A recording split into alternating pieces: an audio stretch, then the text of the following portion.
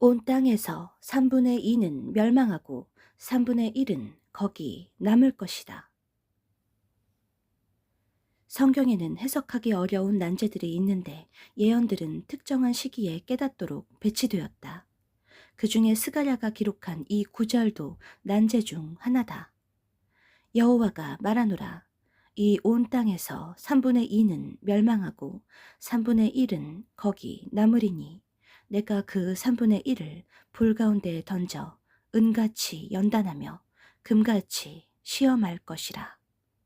온 땅이란 이스라엘인가 전 세계인가? 예언은 현재의 상황을 언급하면서도 다른 시대의 미래를 예언한다. 스가랴서의 경우 은 30냥, 토기장이의 밭, 나귀 새끼를 타는 내용은 그것이 초림에서 성취되기까지 메시아의 예언인 줄 몰랐다. 멸망하는 3분의 2와 시험받는 3분의 1은 누구인가? 이 구절도 현재와 미래의 예언으로 둘 다 해석할 수 있다. 여러 견해 중에 세 가지 해석은 다음과 같고 이렇게 해석할 수도 있다는 것이 포인트다. 첫째, 온 땅을 이스라엘로 해석하는 경우 스가랴가 성경을 기록한 BC 520년경 이후 역사적으로 유대인들의 3분의 2가 사망한 사례를 찾아보아야 한다. AD 70년에 로마 제국에 의한 사망자는 당시 유대인 인구가 약 450만 명이고 사망한 숫자가 35만에서 110만 명까지 알려지고 있지만 최대로 잡아도 24%로 66%에 미치지 못한다. 히틀러에게 죽은 유대인들은 600만 명인데 당시 유대인 인구는 약 1580만 명으로 38%다. 이스라엘 역사에서 3분의 2가 사망하는 사건은 일어나지 않았다. 둘째, 온 땅을 전 세계로 해석하는 경우 온 땅이 세계를 의미하는 것이라면 세계 인구의 3분의 2, 66.6%, 54억 명은 멸망하고 3분의 1, 33.3%, 26억 명만 용광로 같은 불 속에서 시험을 받는다. 전반기에서 3분의 2가 사망하고 3분의 1만 대환란에 들어가 짐승으로부터 시험을 받을 것이라는 견해다. 이 해석의 문제점은 3분의 2가 사망하는 시점인데 여섯째 나팔에서만 3분의 1이 사망한다는 기록을 찾을 수 있다.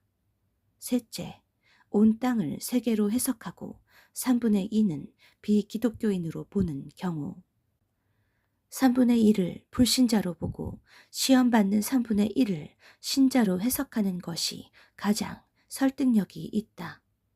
더구나 스가랴의 예언들이 요한계시록을 압축하여 기록한 것이기에 이런 해석이 가능하다. 세계 인구에서 기독교인이 33.3%를 달성한 것은 20세기에 일어났다. 지금은 기독교가 쇠퇴하여 31%로 감소하였으나 교회의 휴거가 일어나면 33.3%는 다시 채워질 것이다.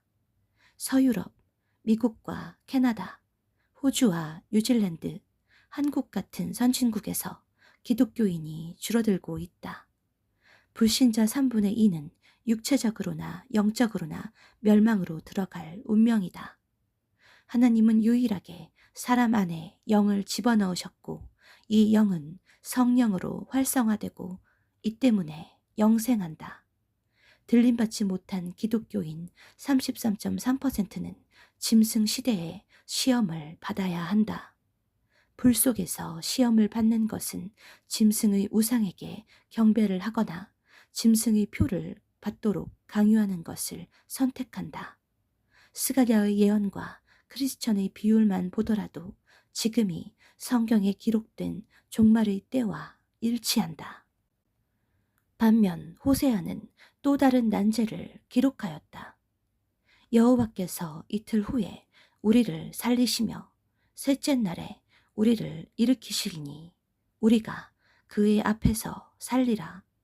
그러므로 우리가 여호와를 알자. 힘써 여호와를 알자. 그의 나타나심은 새벽빛같이 어김없나니 비와 같이 땅을 적시는 늦은 비와 같이 우리에게 임하시리라. 이틀과 셋째 날이 단순히 짧은 시간을 의미하는 것인지 그리스도의 부활을 의미하는 것인지 해석하기 어렵다. 만약 하루가 1000년 같다는 구절을 대입시키면 이는 2000년과 3000년의 기간이다. 그리스도의 초림으로부터 이틀, 즉 2000년이 지난 시점에 우리를 살리시기 위해 그가 나타나시고 임하실 것이다. 또 1000년이 더 지난 셋째 날, 3000년이 되면 새 하늘과 새 땅에 들어가 그의 앞에서 영원히 살 것이다. 성경의 예언은 수천 년을 관통하고 전후 문맥에 상관없이 특정한 구절에서 간막으로 배치되어 해석하기 어려운 측면이 있다. 그리스도의 초림의 예언들이 이런 패턴으로 기록되었고 예언이 성취된 후에 구절의 의미를 알게 되었다. 멸망하는 3분의 2에서 피하는 일은 그리스도를 믿는 일에 달려있고 3분의 1도 하나님의 집에서 먼저 심판이 시작될 때 택함을 받는 위치에 흔들림 없이 파수해야 한다. 나팔 소리가 들리면 기쁨에 넘쳐 집으로 가는 사람들도 있을 것이다. 지구의 어느 구석에 있든지 천사들이 그들을 찾아내고 방문하고 주님께 안내할 것이다. 혼인잔치에 들어가는 사람들은 첫 열매다. 주님은 직접 이 말씀을 주셨고 그것을 깨닫고 따른 자들과 함께 식탁에 앉을 것이다. 아멘.